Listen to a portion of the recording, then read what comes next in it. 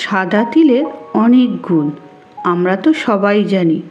আর এই রকমভাবে বড়া ভেজে খেলে পোস্তর বড়ার থেকে কোনো অংশে কম যায় না। তার জন্য আমি 1 বাটি তিল নিয়ে নিয়েছি। এত ভালো খেতে হয়, এই তিলের বড়া না খেলে বুঝতেই পারবেন না। আমি 4টে কাঁচা লঙ্কা নিয়ে নিয়েছি, এর সঙ্গে একসঙ্গে বেটে নেব। ঝালটা নিজেদের মতন কমিয়ে বাড়িয়ে নেবেন। আমার ব্লেন্ডারে ব্লেন্ড করা হয়ে গেছে। এবার আমি একটা পাত্রে তিলটাকে ঢেলে নিলাম। এই রকমভাবে ঝাল ঝাল করে খেলে বা তৈরি করলে মাছ মাংস ডিমকে পাশে সরিয়ে গরম গরম ভাতের সঙ্গে এই তিলের বড়া জাস্ট জমে যায়। আমি গ্রাইন্ডিংয়ের জন্য 2 চামচ চালের গুঁড়ি নিয়ে নিলাম। চালের গুঁড়ি না থাকলে মুড়ি গুঁড়িয়েও নিতে পারেন। একটা মিডিয়াম সাইজের পেঁয়াজকে কুচিয়ে নিয়ে নিলাম। তার সঙ্গে পরিমাণ মতন লবণ দিয়ে দিলাম আর অল্প একটু চিনি দিলাম টেস্টের জন্য। আপনাদের যদি পছন্দ না হয় না দিতেও পারেন। অল্প একটু হলুদ গুঁড়ো দিয়ে দিলাম। ভালো করে মেখে নেব।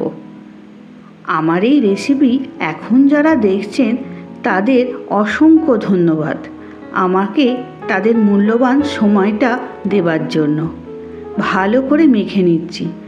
যদি চালের গুঁড়ি দেওয়ার জন্য একটু শক্ত মনে হয় তাহলে অল্প একটু জল দিয়েও মেখে নিতে পারেন, কোনো অসুবিধা তাতে হয় না। আমি ভালো করে মেখে নিলাম। গ্যাসের উপর কড়া চাপিয়ে দিয়েছি, তেলও দিয়ে ভালো করে গরম করে নিচ্ছি আর এদিকে ভালো করে এটা মেখে নিচ্ছি। চেষ্টা করবেন এই বড়া গরম গরম পরিবেশন করতে, তবে এর টেস্টটা আরও ভালো আসে। তেল গরম হয়ে গেছে, আমি ছোট ছোট পকোড়ার আকার দিয়ে ভেজে নিচ্ছি। আপনারা নিজেদের পছন্দ অনুযায়ী আকার দিতেই পারেন, কোনো অসুবিধা নেই তাতে। আমি একে একে বড়াগুলো সাজিয়ে নিলাম।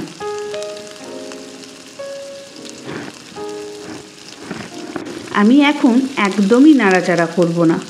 একদিকটা মানে তলার দিকটা ভালোভাবে হয়ে গেলে তারপরেই উল্টাবার চেষ্টা করব। এখন উল্টাতে গেলে কিন্তু ভেঙে যেতে পারে।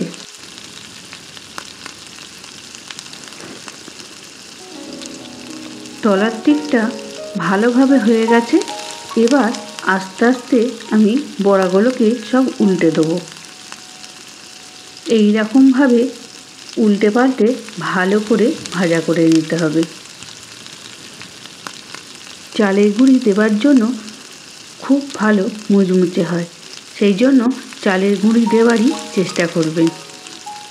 চালের গুঁড়ি অথবা মুড়ি গুঁড়ো দিলেও চলবে, কিন্তু চালের গুঁড়ির বদলে আটা বা বেসন এসব না দেওয়াই ভালো।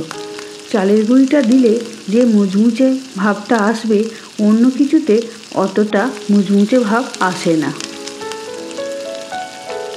এই রকমভাবে আমি উল্টে পাল্টে সব বড়াগুলোকে ভেজে নিলাম।